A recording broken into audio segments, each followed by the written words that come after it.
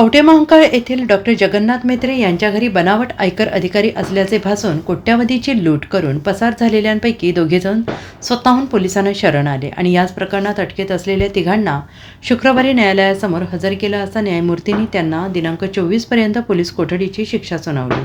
दरम्यान 7 जणांच्या टोळीतील 5 जण जेलची हवा खात असून अद्याप दोघे पसार आहेत। शरणागती पत्करलेल्यांमध्ये अक्षय सुरेश लोहार वय वर्ष 30 राहणार भुकटे अलूर तालुका हुक्केरी जिल्हा बेळगाव जिल्हा कर्नाटक आणि शकील गौस पटेल वय वर्ष 44 राहणार गडहिंग्लज जिल्हा कोल्हापूर यांचा समावेश आहे। बनावट आयकर अधिकाऱ्यांची टोळीने सांगली सोडल्यानंतर स्थानिक गुन्हे अन्वेषण आणि कवठेमहांकाळ पोलिसांच्या संयुक्त पथकाने कारवाई करीत अवघ्या 60 तासात तिघांना जेरबंद केलं होतं।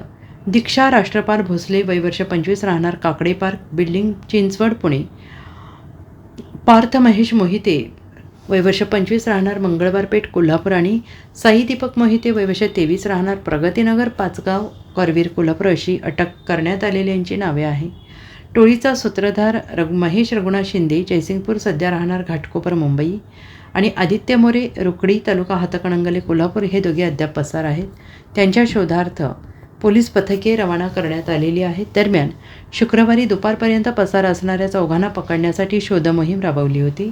त्यापैकी अक्षय लोहार आणि शकील पटेल हे दोघे शुक्रवारी स्वतःहून स्थानिक गुन्हे अन्वेषण शाखेत हजर झाले।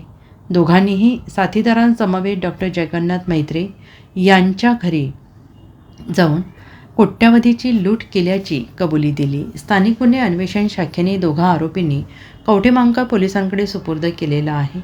गुरुवारी अटक केलेल्या टोळीतील तिघांकडून पोलिसांनी 1,20,00,000चा मुद्देमाल हस्तगत केला आहे। Bureau report SVN Marathi Kavathemahankal.